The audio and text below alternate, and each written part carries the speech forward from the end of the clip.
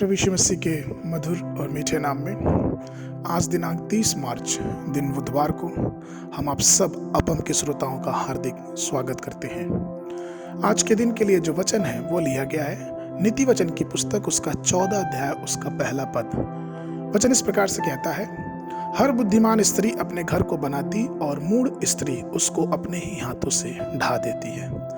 प्रभु में मेरे प्रिय लोगों, जहां तक घर की बात है तो घर की स्थापना के लिए हमें वहां एक बुद्धिमान स्त्री की आवश्यकता होती है। ऐसी स्त्री जो परिवार को बुद्धिमानी से मार्गदर्शन कर सके, अपने पति और अपने बच्चों का पालन पोषण कर सके और जितनी भी कमाई या फिर आय उसके घर में आती है उस आय के अनुसार अपने घर परिवार का पालन पोषण कर सके। अगर हम वर्तमान की बात करें तो वर्तमान के समय विवाह एक व्यावसायिक विषय बन गया है।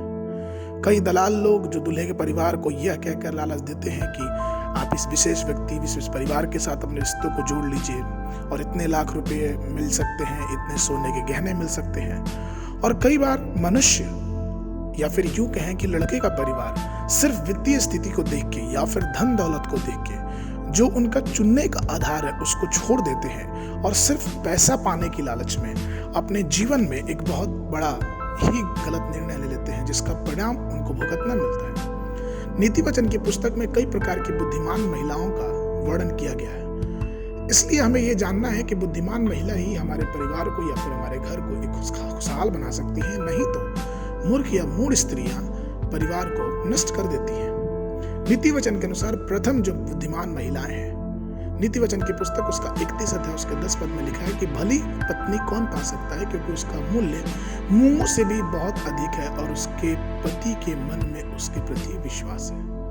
अर्थात पहली जो स्थिति होती है बुद्धिमान स्त्री की वो ये है कि वो बाहरी आवरण से, बाहरी खूबसूरती से मतलब नहीं रखती, लेकिन वो इस चीज से मतलब रखती है कि उसके पति पे उसका कितना विश्वास है।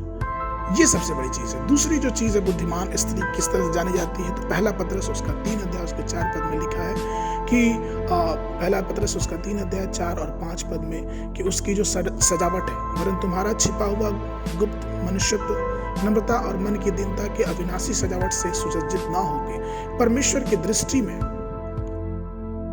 नम्रता और दीनता में सजावट होता जा। और पूर्व काल में पवित्र स्त्रियां भी जो परमेश्वर पे आशा रखती थी अपने आप को इसी रीति से संवारती थी और अपने पति के अधीन रहती थी। अर्थात दूसरी जो गुण है वो बुद्धिमान स्त्री का वो ये है कि वो परमेश्वर की आशा, परमेश्वर की नम्रता और मन की दीनता में अपने पति के अधीन होकर अपना जीवन व्यतीत करती है। तीसरी जो बुद्धिमान स्त्रियों का जो पहचान होती है वो ये होती है, नीति वचन की पुस्तक उसका 31 अध्याय उसके 30 पद में कि शोभा तो झूठी और सुंदरता व्यर्थ है, परंतु जो स्त्री यहोवा का भय मानती है उसकी प्रशंसा की जाएगी। तीसरा जो गुण होता है वो बुद्धिमान स्त्री का ये होता है कि वो स्त्री परमेश्वर का भय मानती है।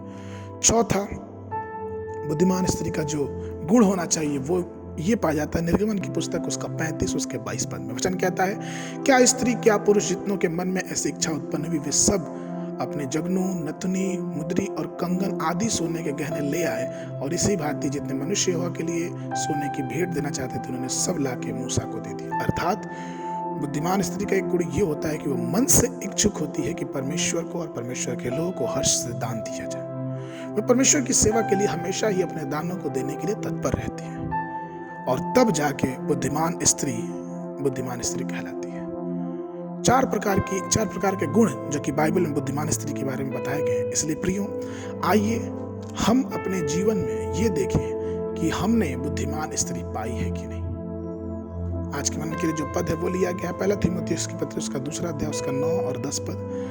वैसे ही स्त्री भी संकोच और संयम के साथ सुहावने वस्त्रों से अपने आप को संवारे, न कि बाल गुथने और सोने और मोतियों और बहुमूल्य कपड़ों से, पर भले कामों से, क्योंकि परमेश्वर की भांति ग्रहण करने वाली स्त्री को यही उचित भी है। आज के वचन का जो अध्ययन है सुबह के समय न्यायों की पुस्तक उसका 9 और 10 अध्याय, संध्या के समय लूका रचित सुसमाचार उसका 5 अध्याय 17 पद से लेकर 39 पद तक। परमेश्वर आप सबको आशीष देवे।